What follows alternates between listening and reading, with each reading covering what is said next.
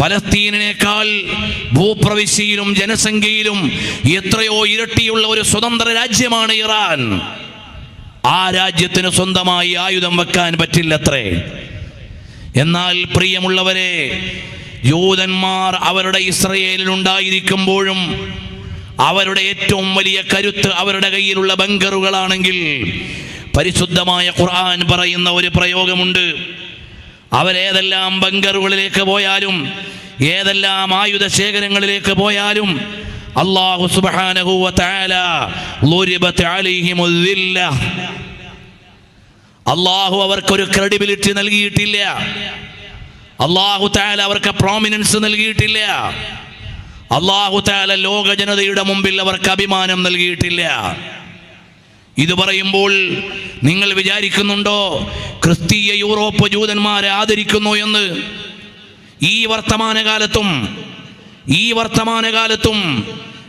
അമേരിക്കയിലെ അല്ലെങ്കിൽ യൂറോപ്പിലെ, യുകെയിലെ, ഫ്രാൻസിലെ, ജർമ്മനിയിലെ ക്രൈസ്തവ സമൂഹം ജൂതന്മാരെ അറപ്പോടുകൂടി കാണുന്നത് അത്രയും ലോകത്തൊരു ജനതയും ജൂതന്മാരെ അറപ്പോടുകൂടി കാണുന്നില്ല. ജൂതന്മാർക്കെതിരെയാണ് അവിടെയുള്ള മുഴുവൻ ലേഖനങ്ങളും വന്നുകൊണ്ടിരിക്കുന്നത്. ആയുധ കച്ചവടത്തിന് വേണ്ടി കമ്പോളമായി ഇസ്രയേലിനെ ഉപയോഗിക്കുമ്പോഴും, സാങ്കേതികതയ്ക്ക് വേണ്ടി ഇസ്രയേലിനെ അമേരിക്ക ആശ്രയിക്കുമ്പോഴും, ലോകരാഷ്ട്രങ്ങളിൽ പലതും ഇത്തരം രാഷ്ട്രവ്യവസ്ഥിതിയുടെ ഭാഗമാകുമ്പോഴും ജൂതന്മാരെ ഏറ്റവും കൂടുതൽ വെറുക്കുന്നവർ യൂറോപ്പുകാരാണ്. അതിനവരുടെ രചനകളുണ്ട്. ആ രചനകളിലേക്ക് ഞാൻ ഇപ്പോൾ പോയാൽ സമയം ഏറെ വേണ്ടിവരും. നിങ്ങളുടെ മുമ്പിൽ വായിക്കാനാണെങ്കിൽ നിങ്ങളൊന്ന് നോക്കൂ. മാർട്ടിൻ ലൂതർ എഴുതിയ ഒരു പുസ്തകമുണ്ട്, on the Jews and their lies. On the Jews and their lies എന്ന പുസ്തകത്തിലൂടെ ജൂതന്മാരുണ്ടാക്കിയ കളവുകളെയും ഇല്ലായ്മകളെയും അവരുടെ ക്രൂരതകളെയുമാണ് മാർട്ടിൻ ലൂതർ ലോകത്തോട് പങ്കുവെക്കുന്നത്. ഇതൊരു ഏഷ്യക്കാരൻ എഴുതിയതല്ല, ഒരു മുസ്ലിം എഴുതിയതല്ല, ഏതെങ്കിലും ഒരു പൗരസ്ത്യൻ എഴുതിയതല്ല. മറിച്ച് യൂറോപ്പിൽ നിന്ന് ജൂതന്മാരെ കുറിച്ചുള്ള അനാലിസിസുകൾ അവരെ വിശ്വസിക്കാൻ ക്രൈസ്തവ യൂറോപ്പിന് സാധിക്കുന്നില്ല. അതുകൊണ്ടായിരുന്നു ബ്രിട്ടീഷുകാർ അവർക്ക് ഇടം കൊടുക്കാതിരുന്നത്. അതുകൊണ്ടാണ് യൂറോപ്പിൽ ഒരു ഭൂമി അവർക്ക് കിട്ടാതെ പോയത്.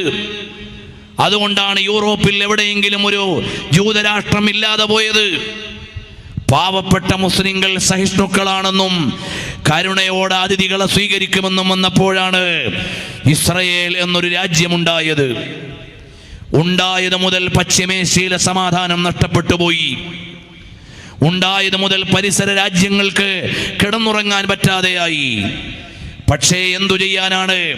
കുത്തക മീഡിയകളുടെയും വർണ്ണവെറിയന്മാരായ വർഗവിശ്വാസികളുടെ ഡോമിനേഷന്റെ പേരിൽ ഇവിടെയുള്ള മുഴുവൻ പൗരസ്ത്യ രാജ്യങ്ങളെയും ഇല്ലായ്മ ചെയ്ത് അറബ് ഇസ്ലാമിക സമൂഹങ്ങളെയും തെറ്റിദ്ധരിപ്പിച്ച് ഇന്നും നിങ്ങൾ മീഡിയകൾ നോക്കിയാൽ ഇറാൻ ഒരു അധമരാഷ്ട്രമാണ്.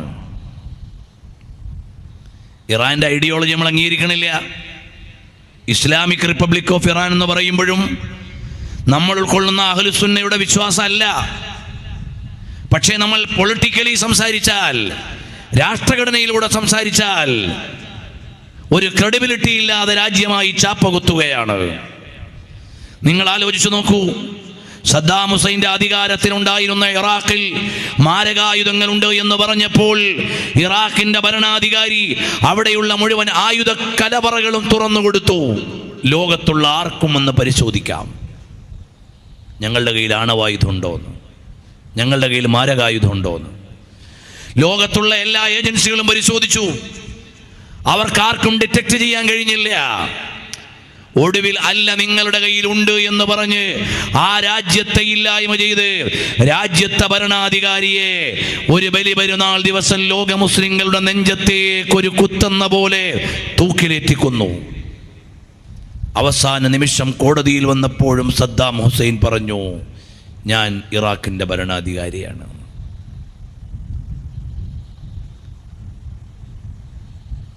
ഞാൻ ഇറാഖിന്റെ ഭരണാധികാരിയാണ് എന്ന് അദ്ദേഹം പറഞ്ഞു.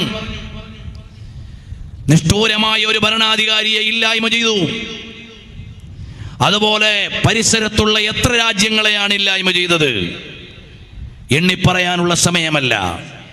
ഈ രാഷ്ട്രങ്ങളെ മുഴുവനും ഇല്ലായ്മ ചെയ്ത ലോകത്തുള്ള ആയുധവർഷവും കച്ചവടവും നടത്തുന്നവരെ കുറ്റവാളികളാണെന്ന് പറയാൻ ഇവിടെ ഒരു ഓർഗനൈസേഷനും ഇല്ല. UN. എന്താണ് UN? മുസ്ലിങ്ങളായ നമ്മളെങ്കിലും വാർത്തകളിൽ വഞ്ചിക്കപ്പെടാതിരിക്കാനാണ് ഇങ്ങനെ ഒരു ആത്മീയ വേദിയിൽ ഞാനിത് സംസാരിക്കുന്നത്. UN കേവലം ഒരു ഏട്ടിലെ പശുവാണ്, ഒരധികാരവുമില്ല. ലക്ഷക്കണക്കിന് പാവപ്പെട്ട മനുഷ്യർ കൊല ചെയ്യപ്പെടുമ്പോ അരുത്, കൊല്ലരുത് എന്ന് പറയാൻ ശക്തിയില്ലാത്ത ഒരു ഐക്യരാഷ്ട്ര സംഘടനയ്ക്ക് എന്ത് ഐക്യരാഷ്ട്ര വിചാരം? രാജ്യങ്ങളുടെ ഇടയിൽ അരുത് കാട്ടാളാന്ന് പറയാനുള്ള ഒരു സ്റ്റേറ്റ്മെന്റിന് പോലും ശക്തിയില്ലാത്തവർ ഏട്ടിലെ പശു എന്നല്ലാതെ എന്താണ് അവരെ പറയേണ്ടത്?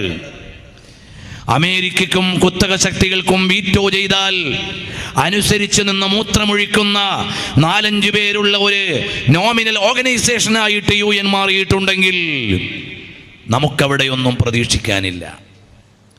ഇറാഖിനെ അസ്ഥിരപ്പെടുത്തിയതുപോലെ ഇറാനിനെയും അസ്ഥിരപ്പെടുത്താനും ഞങ്ങളുടെ അയൽവാസികൾ ആരും ഉണ്ടാവരുതെന്ന് ചിന്തിക്കാനും വിശാല ഇസ്രയേൽ എന്ന സ്വപ്നം നടപ്പിലാക്കി സൗദി അറേബ്യയുടെ ഭാഗവും പൂർണ്ണമായ ഫലസ്തീനും അതുപോലെ ജോർദാനും സിറിയയും അടങ്ങുന്ന വിശാലമായ ഒരു ഇസ്രയേലിനെ അക്രമ രാഷ്ട്രമായി പിടിച്ചടക്കി ഉണ്ടാക്കാനുള്ള ബെഞ്ചമിൻ നെതന്യാഹുവിൻ്റെ വർത്തമാനകാല ആക്രമണങ്ങളാണെന്ന് ലോകം കണ്ടുകൊണ്ടിരിക്കുന്നത്.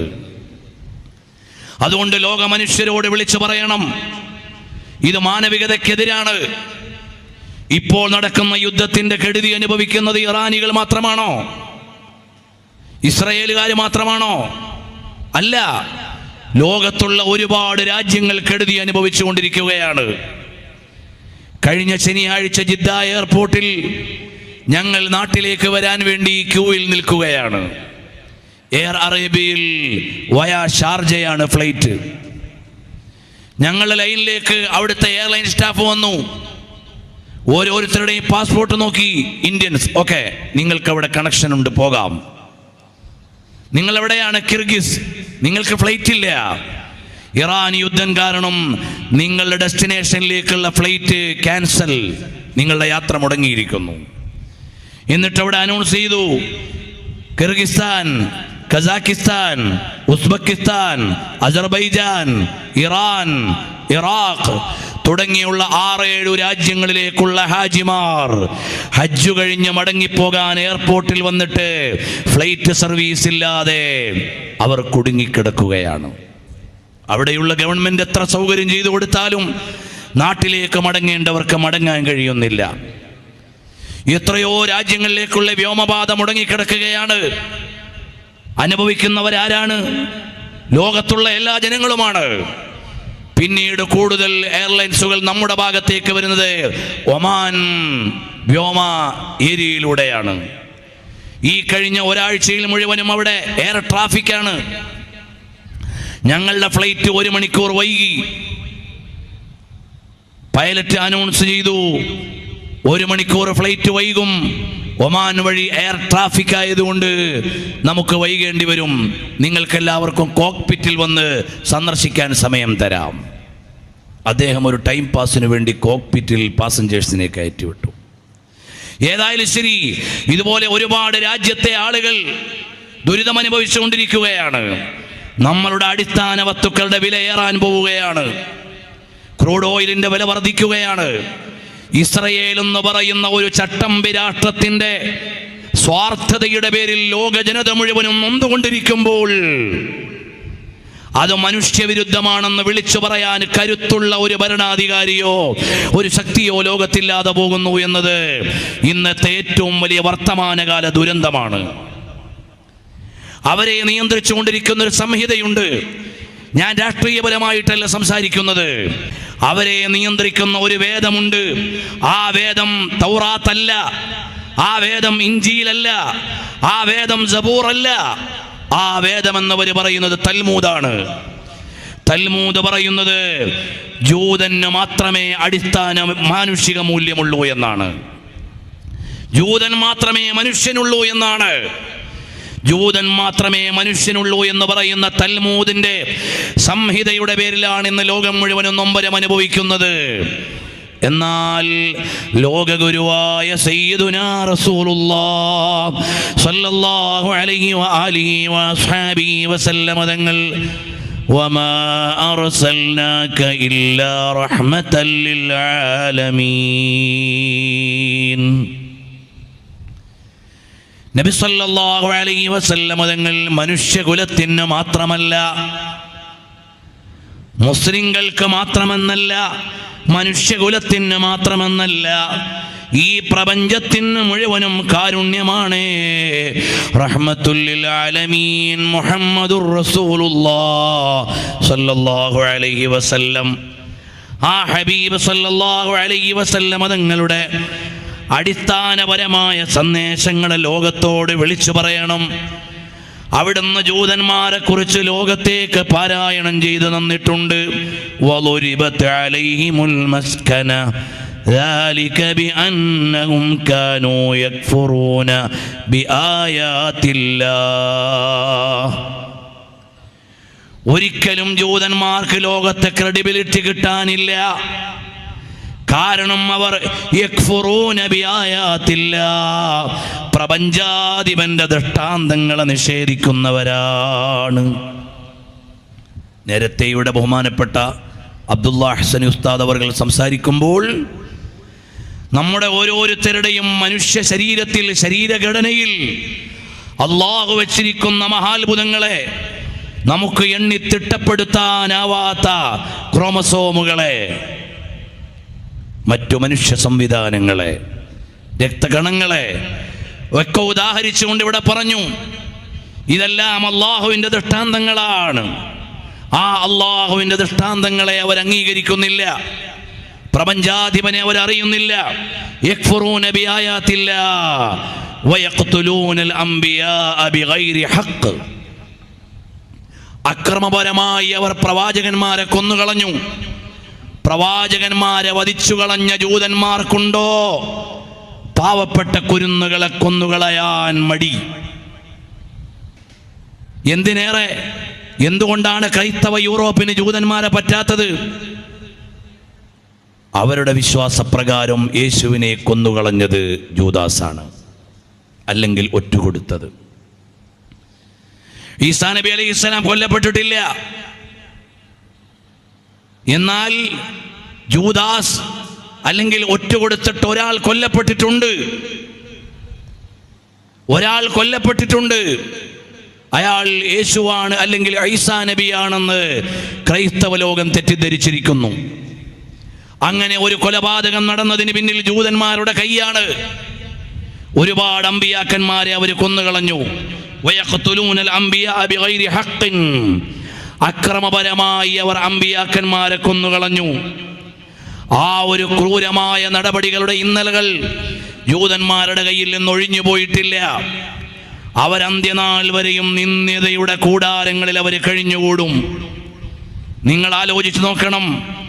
ഏറ്റവും വലിയ അഭിമാനമെന്ന് വിളിച്ചു പറഞ്ഞിരുന്ന ബങ്കറുകളും അയൺ ഡോമുകളും പോലും പരാജയപ്പെട്ടുകൊണ്ട് ആയുധ വർഷങ്ങൾ നടന്നുകൊണ്ടിരിക്കുകയാണ്. ഇത് പറയുമ്പോൾ നമ്മൾ മനസ്സറിഞ്ഞുകൊണ്ട് എല്ലാവരും പ്രാർത്ഥിക്കുന്നത് ഈ നിമിഷം ആ യുദ്ധം അവസാനിച്ചിരുന്നുവെങ്കിൽ എന്ന് ആഗ്രഹിക്കുന്നവരും പ്രാർത്ഥിക്കുന്നവരുമാണ് നമ്മൾ. ഒരു യുദ്ധവും നല്ലതിനല്ല എന്ന് പറഞ്ഞാൽ ഈ നടക്കുന്ന ആക്രമണ പരമ്പര നന്മയ്ക്ക് വേണ്ടിയുള്ളതല്ല. രണ്ടു ഭാഗത്തും മനുഷ്യന്മാർ, നിരപരാധികൾ കൊല ചെയ്യപ്പെടുകയാണ്. രണ്ടു ഭാഗത്തും പാവപ്പെട്ടവർ കൊല്ലപ്പെടുകയാണ്. കഴിഞ്ഞ ദിവസം ഒരാൾ വിളിച്ചു പറഞ്ഞു, ഒരു രാജ്യത്തിന്റെ ഭരണാധികാരി എവിടെയാണുള്ളതെന്നറിയാം, ഇപ്പോൾ വേണമെങ്കിൽ പിടിച്ചു കൊല്ലാം, ഞങ്ങൾ കൊല്ലുന്നില്ല.